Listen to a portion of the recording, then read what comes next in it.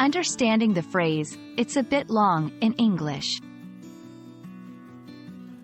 Hello, everyone. In today's video, we're going to explore the meaning and usage of a common English phrase, "It's a bit long." This phrase is often used in everyday conversations, and understanding it can greatly enhance your English comprehension and communication skills. So, let's dive into it.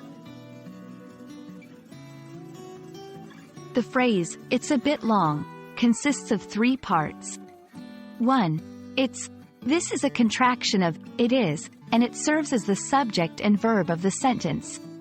2. A bit. This expression means a little or somewhat. It's used to slightly soften the statement. 3. Long. This adjective describes something that has great length or duration. When combined, the phrase suggests that something is longer than expected or preferred, but not excessively so. 2.1. Describing physical length. Example, "This scarf is a bit long for me," meaning, the scarf is slightly longer than what the speaker finds ideal. 2.2. Time duration. Example, "The meeting was a bit long," meaning, the meeting lasted longer than anticipated or preferred, but not to an extreme extent. 2.3. Entertainment and media.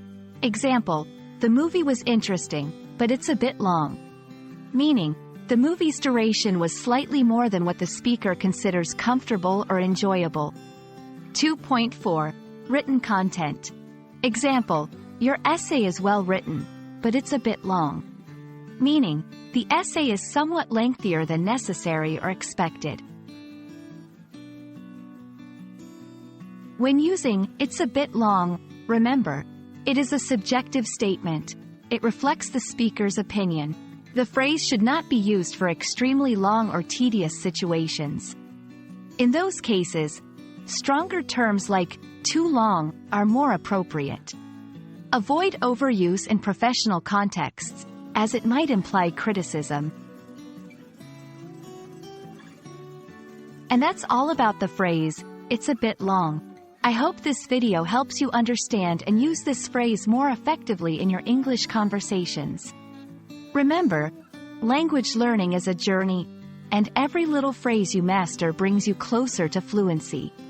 Thanks for watching, and see you in the next video.